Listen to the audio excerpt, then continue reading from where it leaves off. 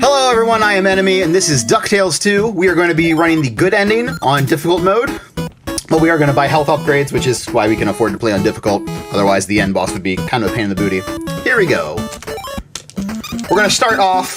We can choose our stages similar to Ducktales 1, but we have a little overworld map in this one. We're starting off with Niagara Falls, and on the good ending, we are going to get some map pieces, what I'm sure White Hat will or already has reminded me to buy the map, which we will be doing, but that doesn't come until later. But we have to find 6 map pieces in stages, and or no, I'm sorry, we have to buy 1 map piece, we have to find 5 map pieces, and we start with 1, so we have a total of 7 when we're all said and done. Okay, we didn't get the bubble skip. You have to do 2 frame perfect jumps, and then you can actually get inside of that collapsing blockade there and skip that whole waiting for Bubba to break you out section. Unfortunately, it didn't happen. It's pretty tough to pull off. Let's see if we can't get the legit webby skip here. Nope. That's 2 seconds that we have to talk to her. That is also a frame perfect jump. There's a lot of frame perfect conversation skips or sequence breaks in this run. Frame perfect or double frame perfect. So interestingly, usually in the Japanese versions of games, the text is faster. In this game, the US version of the good ending is actually a little bit faster because that text box right there, or that text conversation with Gyro, was 4 text boxes. In the US version, it's only 3. So it's a rare example where the text scrolling is faster in the US version. But you want to play the Japanese version anyhow because it handles lag differently. And there's a lot more input loss in the US version than there is in the Japanese version. So, you know, it's worth that extra maybe half second to ensure that when the game starts lagging, you don't immediately die. Alright. Just a little stop on that bridge to go underneath of the bird without problem. If we went and talked to, I want to say, Dewey over there in blue, he will tell you that a firecracker has been released and is terrorizing Niagara Falls. Here is Firecracker, the greatest named boss in the history of video games. It's a duck that's made of fire called Firecracker. You tell me what could possibly be better. Nothing, that's what. Alright, no problem there. So the only real time loss there was not getting the sequence breaks.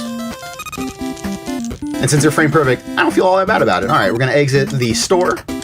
We don't have to buy anything just yet. Later on, we're going to buy 2 health upgrades, because we need to get both health upgrades in order to get the piece of the map to be unlocked. Because they cover up that slot in the store. It's weird. This is the dumbest cutscene in the history of video games. So what happens there is Huey, let's say, tells Uncle Scrooge, "Oh no, we can't get past!" And then a lightning bolt strikes and says, "Hey, we can get past now!" They could have just not made any of that happen and let you proceed along in the stage, unabated. But no, they had to stop and make you read some text. Or not make you read it, because this is Japanese and I don't speak Japanese. So they just hold you off for a few seconds for no real reason. It's not like you have to unlock that lightning bolt. It just happens normally.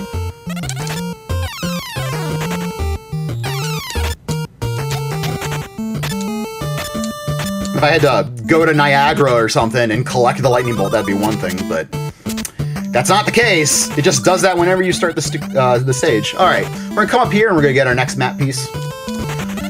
The map pieces are guiding us to the lost treasure of McDuck.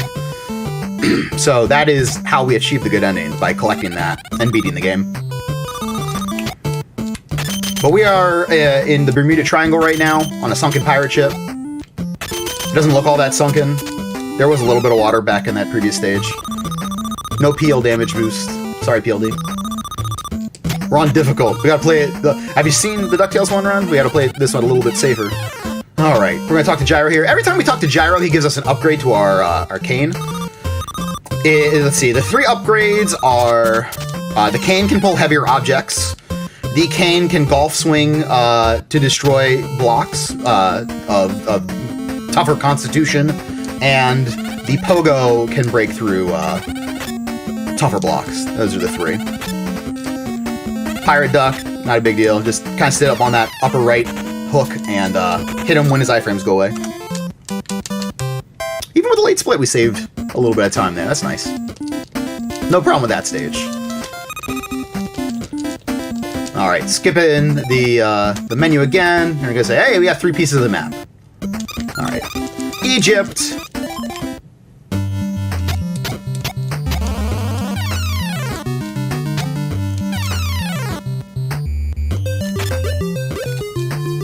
One of the kind of disappointing things about Ducktales 2, which I guess I should have said at the beginning, is a game that does exist. A lot of people don't know about this or Chip 'n Dale 2. They were pretty late releases on the NES. I certainly didn't know this game existed when I was a kid. I was thrilled to find out that it was a game in my adult years. But one of the kind of disappointing things about it is that the soundtrack is not on par with DuckTales 1. But the nice thing about it is there's no content ID hits, so you can let commentary breathe a little bit. You don't have to be running your gums the entire time just to not get a hit against you. All right, let's try to do the skip here. No, it's not far enough over. That could do it. Oh, not quite. All right, we got the buffer pogo though, so we'll go right up there. You have a 1 pixel position on that platform to jump up into up to that high platform above Dewey, I think, is the blue one, and skip that conversation. I was close, but no cigar. Alright, up here, I'm gonna be fighting Pharaoh Duck in just a hot second. Sarcophagus, please. 6, up and over. 1, 2, 3, 4, 5, 6, 7, 8 clicks. Get a couple jumps in here. Oh, we got some good jumps. All right, you can do some frame perfect jumping as you enter boss rooms. If you hit the ground without that, oh, my health was bad. Oh, I didn't even pay attention to it. that death ain't so bad. that's not quite the DuckTales 1 level of bad. All right, pogo, thank you. Come back. Slow playing me. All right, and dead. There it is. Alrighty. Now we get to buy health. Which will be good, since I don't look at my health bar, apparently. Okay, so right here. Now that we've beaten 3 stages, we can buy 2 health upgrades. Let's buy this extra life, just to be safe. I mentioned that in DuckTales 1. We could have bought our way out of it in DuckTales 2. Well, we just did. There we are. That was weird. Why'd I go to the... It doesn't matter. Okay, this is Moo Island, home of the RNG nightmare boss of all bosses, Robo Duck, who, if he does not want you to hit him, you will not be able to hit him. That's just all there is to it. Come on now. There we go. Hello. Thank you. You just climb up there, buddy. I'm a duck, but I cannot fly or swim. Not much of a duck, if you ask me. All right, so we got our last pogo upgrade, which will allow us to pull this big column thing right here. And we're gonna come down this way. A little bit of an alternate path.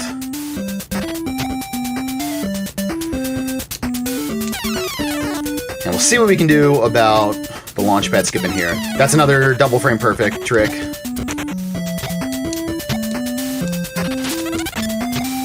Okay, drop down. Here's launch pad. Nope, not on the entry. Maybe on the exit.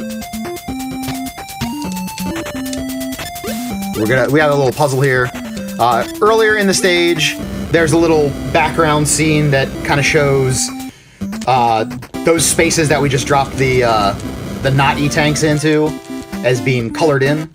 So that's the indication that, oh hey, if we fill this in, we can do something cool in the stage. And what we've done is actually raise the island out of the water some, which allows us to go down here.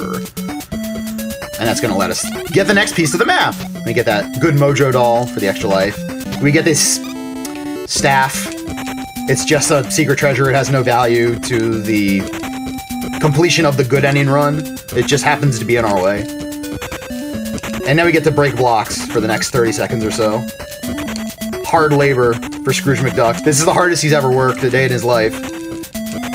Richest duck in the world, doing hard labor. The proletariat has risen up and conquered its capitalist demons. No, I'm just joking. I'm just screwing around. Anyway. Got a couple more blocks here.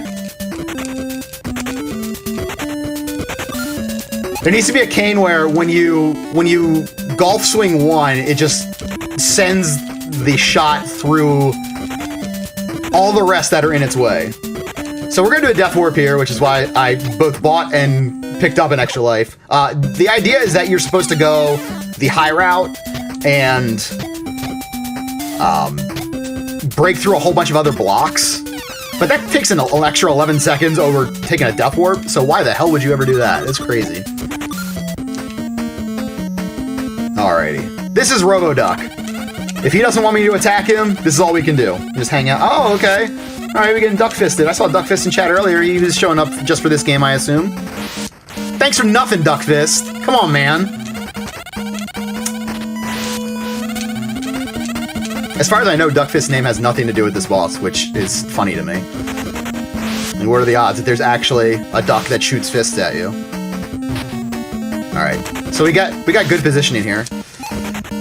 So we can get a double hit at least. Maximize our limited time to actually attack this idiot. Oh, hitbox please. Alright, there's a third hit. We need to get 5, standard Ducktales fare. Oh, okay, now my health is questionable. Uh-oh, duck. Okay. Whew! Don't think I wasn't nervous for that last hit. Alright, so he delayed quite a bit. That stinks. What are you gonna do? A lot of people give up on running this game, particularly on the 98% category, because that's the first stage we do in 90% to try to get the RNG out of the way. And, I mean, when I was running this game, I would spend like 2 hours and maybe get one run through Robo-Duck sometimes. It's crazy. It's just, you gotta be really dedicated to the reset grind if you want to run this game. A lot of people will come in during their runs and be like, oh, this is a great run. I hope to see more people run it. I don't know that I could say that for this game. I mean, I love it, but it's brutal on the reset grind. So maybe play DuckTales 1 instead. and then if you really want some more DuckTales action, you can check this out. But the good ending category is sort of nice since you play Robo-Duck later, so you're kind of just admitting to yourself, we're going to deal with whatever RNG we deal with, and maybe not reset so much. And more no reset runs are beneficial, I think. You know, you don't want to get too bogged down in that reset grind, even if you do get terrible RNG. All right. Once again, alternate route for the map piece. Drop down here. Good.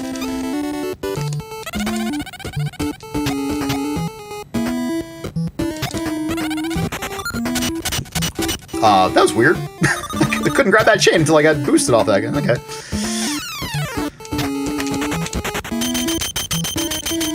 We're actually coming up to the easiest boss in the game.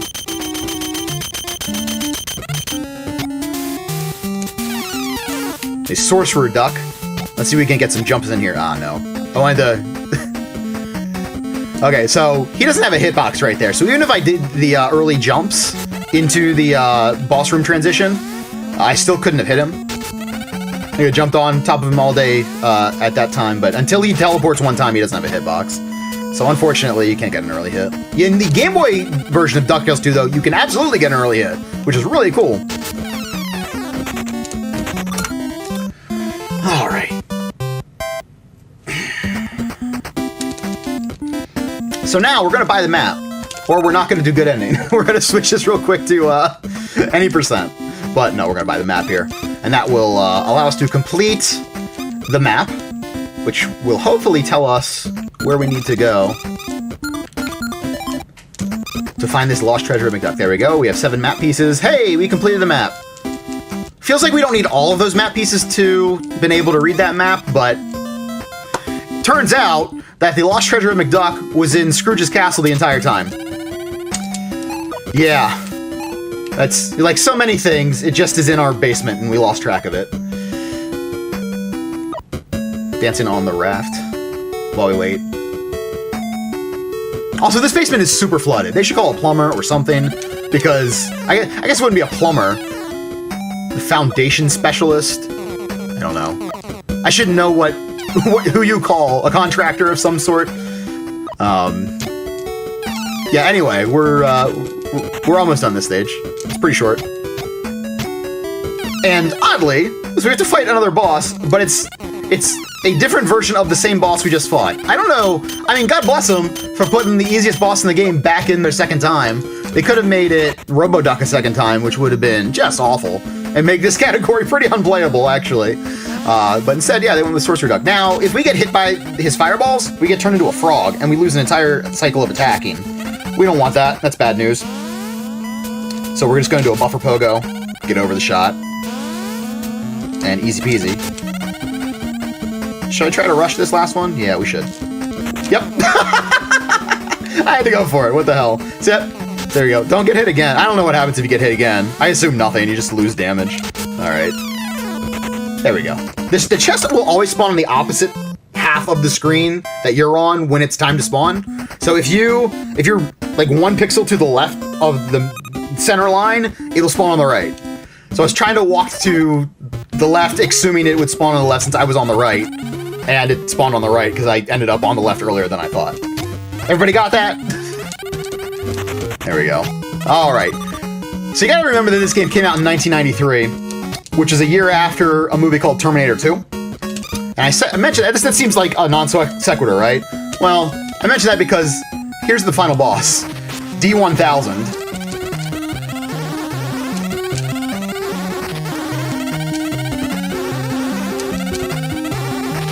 He's not too bad.